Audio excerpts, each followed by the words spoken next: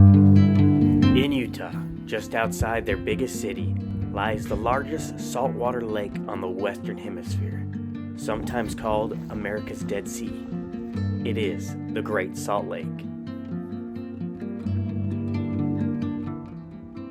The Great Salt Lake is the remains of an ancient lake called Lake Bonneville. At its prime, it was nearly the size of Lake Michigan, 10 times bigger than the Great Salt Lake today.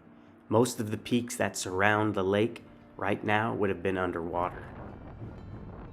15,000 years ago, lava flows changed the landscape, routing more water into the basin, causing it to overflow and burst, resulting in catastrophic flooding.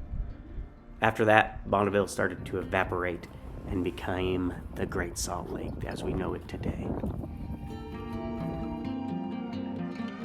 In 1824, mountain man Jim Bridger came to the lake and originally thought he had found an arm of the Pacific Ocean. Later, trappers and explorers would soon come, like Jedediah Smith, John Fremont, and Kit Carson.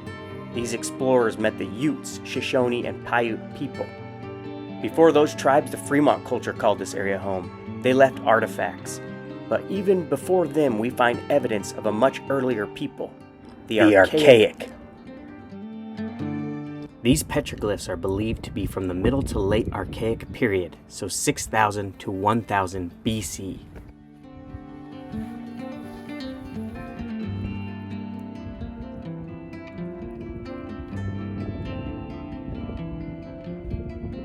Another really worn old one.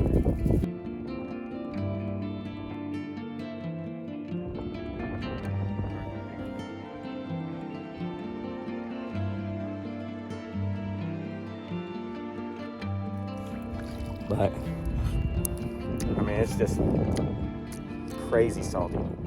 Salt, salt, salt. The lake has a salt content of 5 to 28%, depending on the location, the average being around 12%. In comparison, the ocean is 3% salt, and the Dead Sea is 34%. When Lake Bonneville dried up, it left behind minerals. But also the 3 rivers that flow into the Salt Lake have no outlet, which means the water only leaves by evaporation. The minerals stay behind. Those rivers bring 1 to 2 million tons of salt every year. The lake also never freezes due to the high salt content. Did you guess that? It's also said you cannot sink in the lake, but it's hard to find a spot deep enough to even try. That's super salty. That's disgusting. If you're looking for fish, you won't find any, but the water is packed with brine shrimp. You might know them as sea monkeys. Brine shrimp are crustaceans that feed on algae. Their eggs, called cysts, are harvested here and sold as fish food. Brine shrimp are the main food source for visiting birds. The lake and surrounding wetlands is one of the major stopping points for migrating birds in the whole world. 10 million birds visit every year, with many species gathering here in their highest concentration.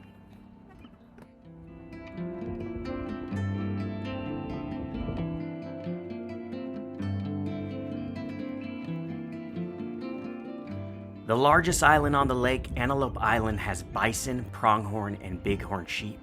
Pronghorn, that used to be called antelope, give the island its name. All these species were native to the area and were reintroduced back to the island in the 19th and 20th century. Since the bison do not have any natural predators, each year some of the bison are rounded up and sold to ranches and other land agencies.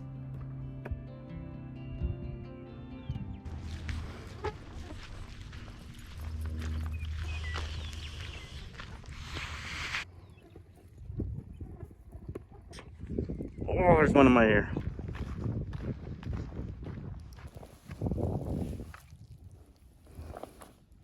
Dude. I was gonna try to touch the water. Holy crap. I am stuck. You gotta be kidding me. Dude, this reeks. I just lost my sandal. Dude.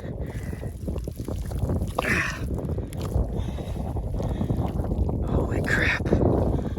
regret this. I regret this.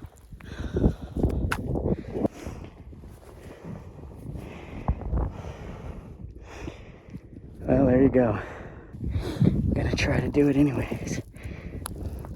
This is some super nasty mud. Oh, that smells like sulfur.